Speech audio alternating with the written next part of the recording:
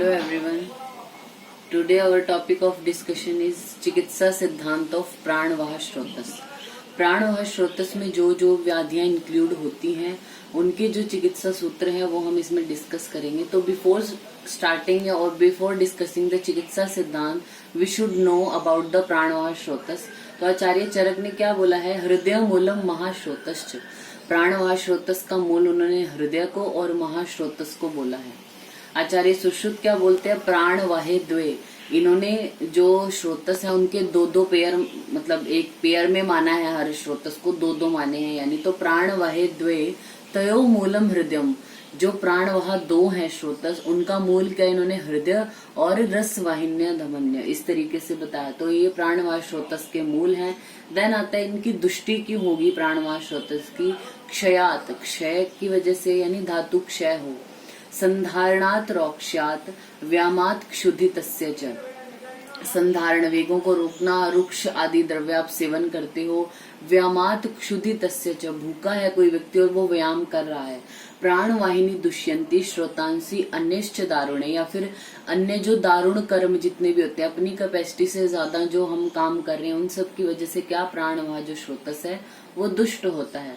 फिर आचार्य चरक हैं जो उन्होंने जब जो सभी श्रोतस है उनका चिकित्सा सिद्धांत जहाँ पे दिया, चिकित्सा सूत्र जहाँ पे दिया, वहां पे उन्होंने तीन श्रोतस को एक साथ इंक्लूड किया, प्राण, उदक और अन्नवाह. तो उसमें से सिर्फ हमने ये जो प्राणवाह का ट्रीटमेंट है सिर्फ इसी को उठाया. दैट इज श्वासिकी क्रिया, यानी श्वास रोग में जो आप ट्रीटमेंट करते हो वो आपको प्राणवाह श्रोतस के चिकित्सा में करना है. ठीक है.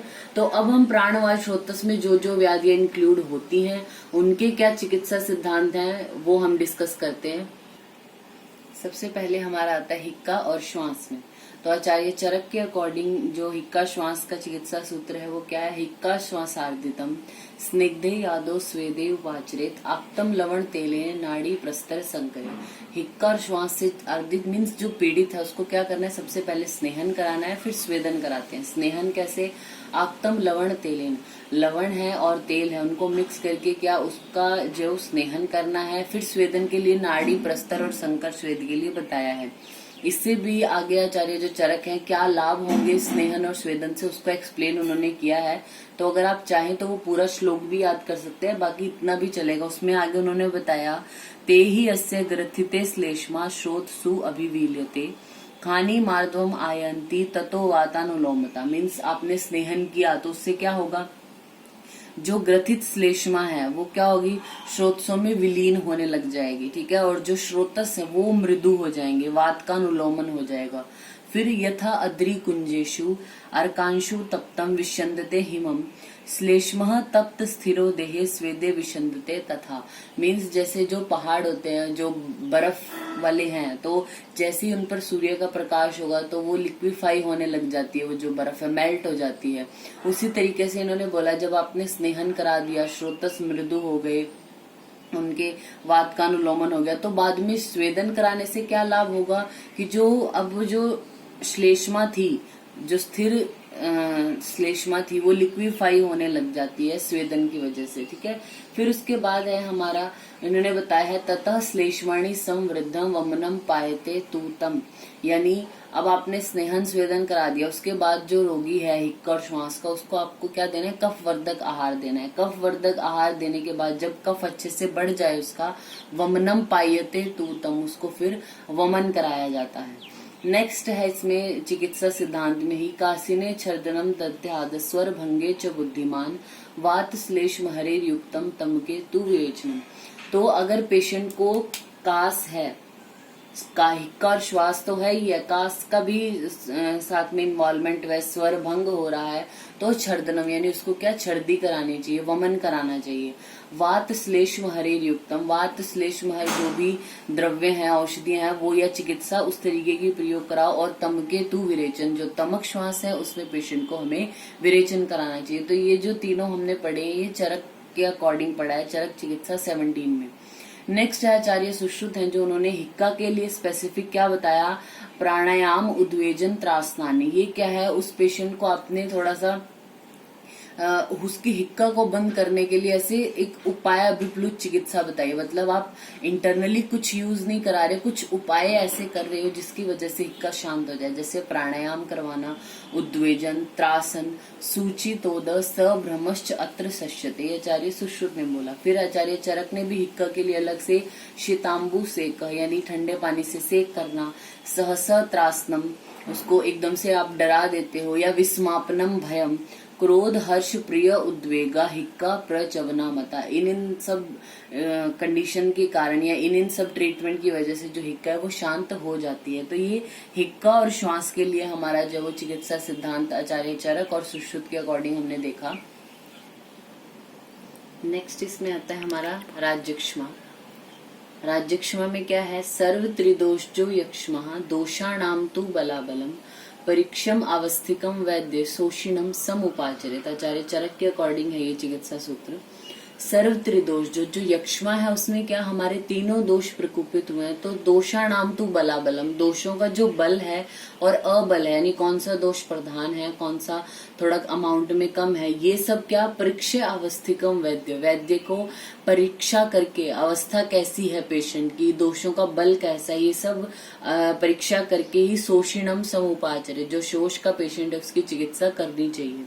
फिर उसके बाद बोला दोषा अधिका नाम वमनम सश्यते सविरेचनम। अब राज्यक्ष्मा का पेशेंट अगर उसमें दोष अधिक्य बहुत है, मतलब दोष बहुत ज्यादा प्रकोपित है, यानी शमन चिकित्सा से कुछ नहीं होने वाला, दोषों की अधिकता में आपको वमन सश्यते सविरेचनम यानी पेशेंट का शोधन कराना है, तो वमन भी कराते हैं और विरेचन भी। स्नेह स्वेदोपन्ना नाम सस्नेहनम यद न कर्षणम, मतलब आपको स्नेहन स्वेदन कराने के बाद वमन और विरेचन कराना है, वो भी कैसा, सस्नेहन यानी बिल्कुल स्नेह से युक्त मृदु वमन और स्नेह युक्त ही मृदु विरेचन कराना है, जिससे पेशेंट यन न कर्षणम, जिससे उसका कर्षण नहीं होना चाहिए पेशेंट का कि बहुत और ज्यादा शोष उसका बढ़ जाए, ऐसा ना हो, क्योंकि शोष वाले पेशेंट का वैसे भी क्षय हो ही रहा है। तो आपको ऐसा ट्रीटमेंट देना है, अगर दोष अधिक हैं, शोधन के बिना काम नहीं चलने वाला, तो स्नेहन स्वेदन के बाद बिल्कुल स्नेह युक्त मृदु वमन और मृदु विरेचन दिया जाता है, और ऐसा दें जिससे पेशेंट का कर्षण ना हो। ठीक है, तो ये राज्यक्ष्मा का हमारे चिकित्सा सूत्र हैं, ये चिकित्सा सिद्धांत जो आप लर्न कर सकते हैं उसमें।